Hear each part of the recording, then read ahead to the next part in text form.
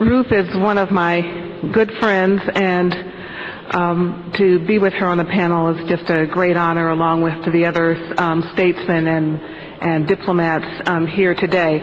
I think a couple of people have said, I believe the ambassador and Ruth as well, that you're relatively new to this issue. If you are, then I'm really a baby on the issue of the MEK and what's happening in Camp Ashraf. Of course, I knew of these things, but I must tell you, at the U.S. universities, these are not issues that are being taught and studied with any regularity, even in courses on the Middle East.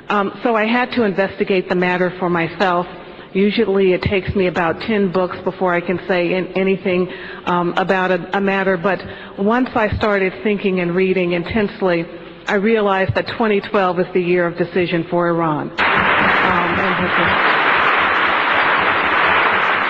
Thank you. And I mean that honestly, and I felt more compelled to join the group today because 2012 is also a presidential election year for the U.S., and as you know, in presidential election years, especially ones like this one, where there's a hot contest on one side and there will be an even hotter contest in the general contest, other issues that are important in the world can be dumbed down by the U.S. media. So it's more important than ever that we try to get as many voices in this conversation as possible, and the only issue that matters concerning Iran is not the nuclear program, as we're being led to believe. So that convinced me to join this group today to talk about the somber topic of Camp Ashraf and human rights.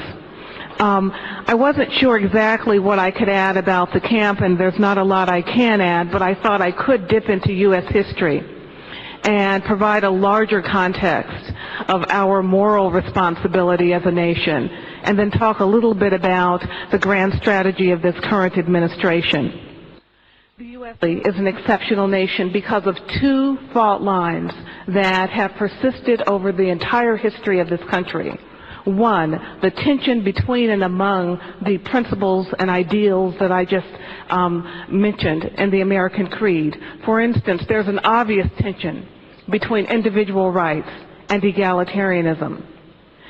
There's a tension also, second, between the ideas of the American Creed and the institutional responsibilities of being both the world's most fully functioning multi-ethnic democracy and being a great power with enormous responsibilities, or put differently, really being the predominant power in the international system. Sometimes we're going to go on the side of our ideas, and sometimes we're going to lean toward those institutional responsibilities. I think the fault lines that I've just outlined are where the United States is right now on the issue of what to do in Camp Ashraf and with the MEK. The uniqueness of the American experiment means that there are humbling sets of responsibilities that the country has.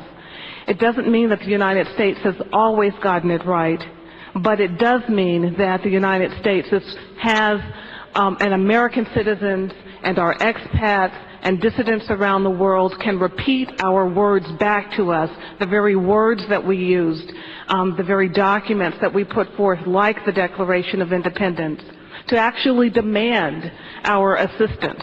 Because if this country is anything at all, and if it will survive, it's because it is a set of ideas, not a set of entrenched political interests and politicians who actually govern us.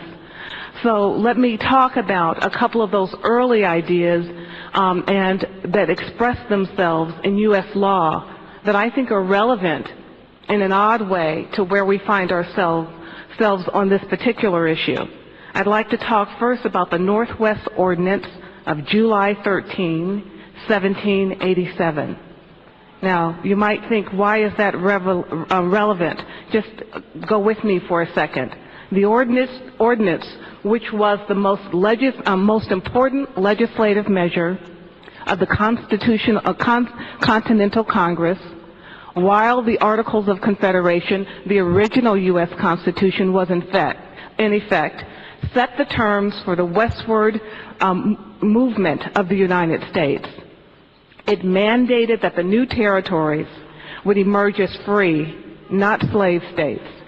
It prefigured the Missouri Compromise of 1820 and anticipated the fault line issue that would lead to the Civil War, slavery or no slavery in a united States.